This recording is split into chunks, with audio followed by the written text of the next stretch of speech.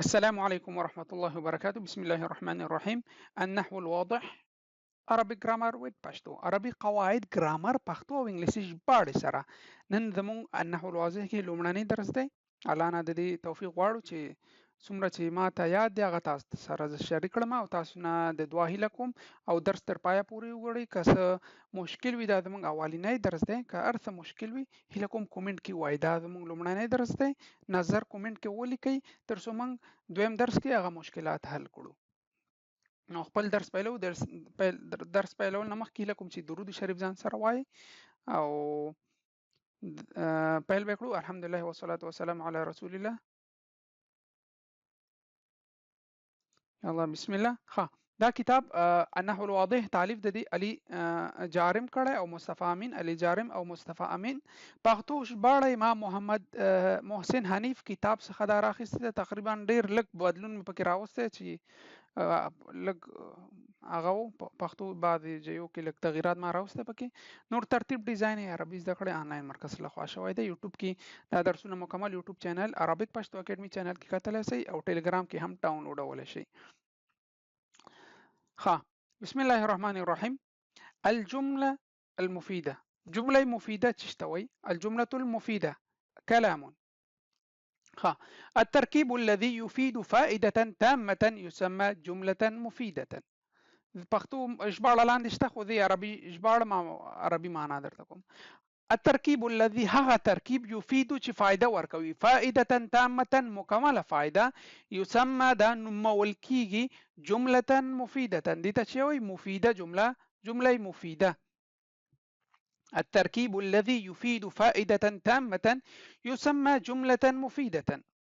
ها دویم الجملة المفيدة قد تتركب من كلمتين وقد تتركب من أكثر. جمله مفیده دا د دوو کلمو څخه ترکیب شوی وي یا د دې ترکیب دوو کلمو نه زیات وي. مثالونه کې پوهیږئ. ها د انګلیش کې مو وایو ترکیب ته the composition that gives a complete meaning is called جمله مفیده.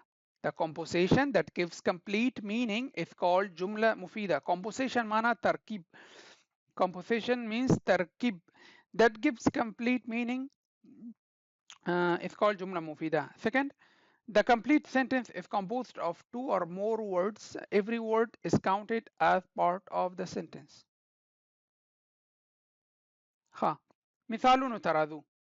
الأمثلة مثالونه شرح لاندې ده بیا ویډیو اخره پورې وي درس نه ده ختم شرح اصلا دلته شروع کیږي. الأمثلة مثالونه البستان جميل. البستان جميل باغ ښایسته دی.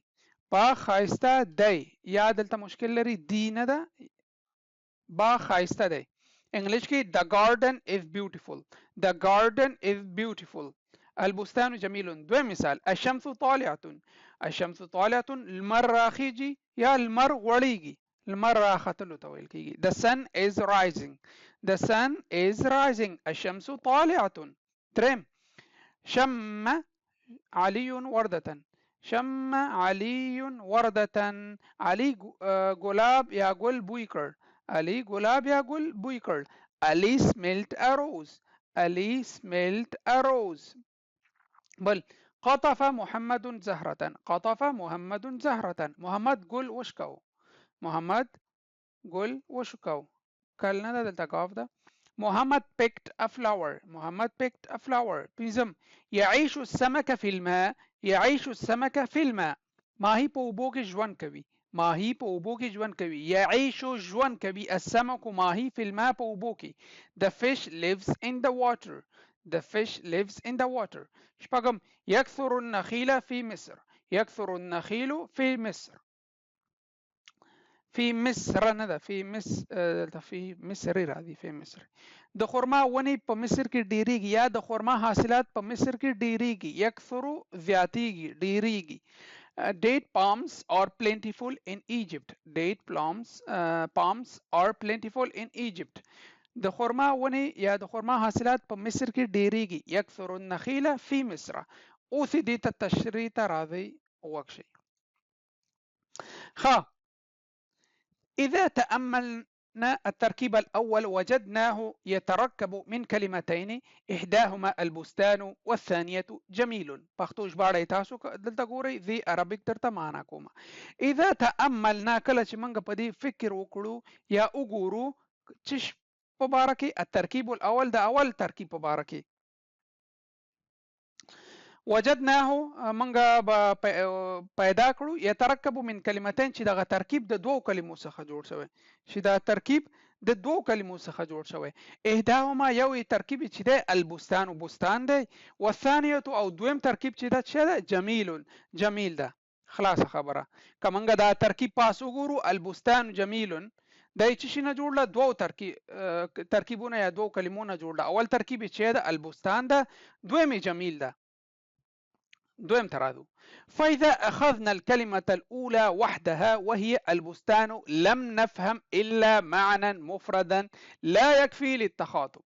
فإذا أخذنا كلا منغا وخلو الكلمة الأولى صرف دا أول كلمة منغا را وخلو وحدها زانتا وهي غدا البستان كما دا بستان كلمة را وخلو صرف أو منغا وايو البستان البستان البستان البستان دا ذي وسويم تاسو پوهیږئ باغ باغ باغ باغ باغ مطلب تاسو ته اخیسته چي نه لم نفهم منغا نپویگو الا معنى مفردا مگر مفرد معنا ده دي چې باغ باغ باغ لا يكفي للتخاطب مخاطب ته دا کافی نه ده دغه صرف باغ باغ باغ هغه په نه پویږي چې دا څه شی ده پوي فی. فإذا أخذنا الكلمة الأولى وحدها وهي البستان لم نفهم إلا معنى مفردا لا يكفي للتخاطب مخاطب شخص ته دویم شخص ته دا کافی نه ده چې صرف باغ باغ باغ وای هغه د دې په مطلب نه رسیږي چې تا مطلب څه ده.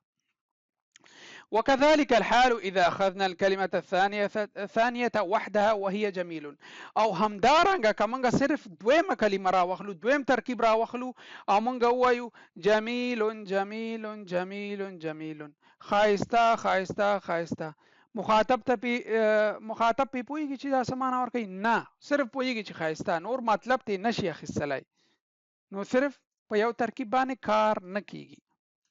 مکمل ژباړه دلته د لفظ په لفظ کومه چې پوي فی. ولكن إذا ضممنا إحدى الكلمتين إلى الأخرى لكن مگر چې کله موږ اذا ضممنا یو ځای کړو إحدى الكلمتين یو د کلمو څخه إلى الأخرى د بل سره على النحو الذي په مثال د الذي هغه في ترکیب چې په ترکیب کې ده وقلنا او مون وایو وقلنا ام وایو ولكن مگر معنی دا ده چې کله موږ دغه یو کلمه البستان را وخلو د جمیل سره یو ځای کړو په مثال چې تیر شو البستان جمیل دلته وسوي البستان جمیل چې موږ ویلي البستان جمیل فهمنا معنى كاملا موږ په پوره معنا باندې پوه شولو واستفدنا فائده تامه او موږ د دینه مکمله ګټه یا فائده واخیسته یا اخلو واستفدنا فائده تامه دینم مکمله ګټه واخیستله ځکه اوس په پوه شولو البستان جمیل باغ خایسته ده اوس په مطلب تاسو پوه شوي زم پوه شوم او ټول پوه شولو مشکل خو دې کې نشته. دلته وسوي وهو اتصاف البستان بالجمال او دا اتصاف چې د باغ خایسته صفت حاصلېدل دي دغه باغ ته چې کوم صفت ورکول شوی دا په چې سره ده جمال سره ده کوم صرف بستان وایو باغ باغ باغ پوی تاسو په پویږئ نه صرف که جمال ور سره یو ځای کړو بیا تاسو هم پویږئ زم پویږم ټول په پویږو چې البستان جمیل باغ خایسته ده باغ خایسته ده. ولذلك يسمى هذا التركيب جملة مفيدة په دغه خاطر دا نومول کیږي دې ترکیب ته چې وایي جملة مفيدة په دې خاطر دغه ترکیب ته جملة مفيدة مفيدة جملة ویل کیږي وهو اتصاف البستان بالجمال ولذلك يسمى هذا التركيب جملة مفيدة. او دغه سي دا نور مثالونه ټول د دې درس نه مراد امداو چې جمله مفيده چشته وي دلته بیرته راځو جمله مفيده التركيب الذي يفيد فائده تامه يسمى جمله مفيده هغه ترکیب چې هغه مکمله فائدہ ورکړي هغه ته جمله مفیده وایي. د دې په تمریناتو کې تاسو بیا ډیر ښه پوهیږئ. هغه په دویم درس کې موږ وایو او تاسو ته کورنۍ دندم در کوم. که غواړئ عربي ژبه زده کړئ ګرامر باندې پوه شوئ دا ویډیوګانې مکمل وګورئ، که ټلګرام کې ګورئ که یوټیوب کې ګورئ. او بل هم دا و چې الجمله المفیده چې ته وایي قد تترکب من کلمتین، دا د دوو کلمو څخه جوړیږي. وقد تترکب من اکثر، او د زیاتو نه هم جوړیږي خو د دوو نه کم نه وي. او د جمله مفیده ته کلام هم ویل کیږي. جمله مفیده ته کلام هم ویل کیږي. اوس دلته ګورئ البستان جمیل، باغ ښایسته دی. صحیح خبره دا چې جمله مفیده ځکه دوه کلمو نه جوړ دی. بل الشمس طالعه، المر راخیږي، ګوره دوه کلمې دي. او دلته بیا وروسته تمریناتو کې تاسو ته دوه کلمې درکوي خو هغه بیا جمله مفیده نه ده. ولې؟ ځکه هغه کې دویمه کلمه هغه حتما حرف ده، نو حرف دې کې نه حسابېږي، مکمل معنا نه ورکوي. خپله تاسو پوه شئ چې هغه جمله چې مکمل معنا ورنه کړي هغه ته جمله مفیده نه ویل کیږي. که تاسو ته یو جمله وایي تاسو پې پوه شئ مکمله معنا درکړي هغه ته جمله مفیده عربي کې وایي. نو دی موږ نن اوله نه داسو کار څه مشکل پکې وي هیله کوم کومنټ کې موږ ته ووایئ. تاسو کومنټ سره زه تشویقېږم چې زه نور بدلون راولم، نور مثالونه، نور د خپل ټکنیک هغه چې ده طرز و طریقه دا بدله کړم. که تاسو څه کوم مشکل ګورئ نو خپل کوشش کوم خپل وسه پورې څومره چې زه یاد لرم او ما سره دومره ما درس دی ویل همغومره تاسو ته رسوم. یو دا نه ده پښتو کې چې ما څومره علم بغیر د عربي نه چې ما کړی هغه زه پښتو کې تاسو ته انشاءالله یوټیوب له طریقه ټلګرام له طریقه رسوم چې یو ځنه باید تاسو چې هر علم هم کړی دا ورسوئ. اوس د ټکنالوژي دور ده، انټرنیټ له طریقې ورسوئ، که فیسبوک له طریقې رسوئ، که یوټیوب یې رسوئ.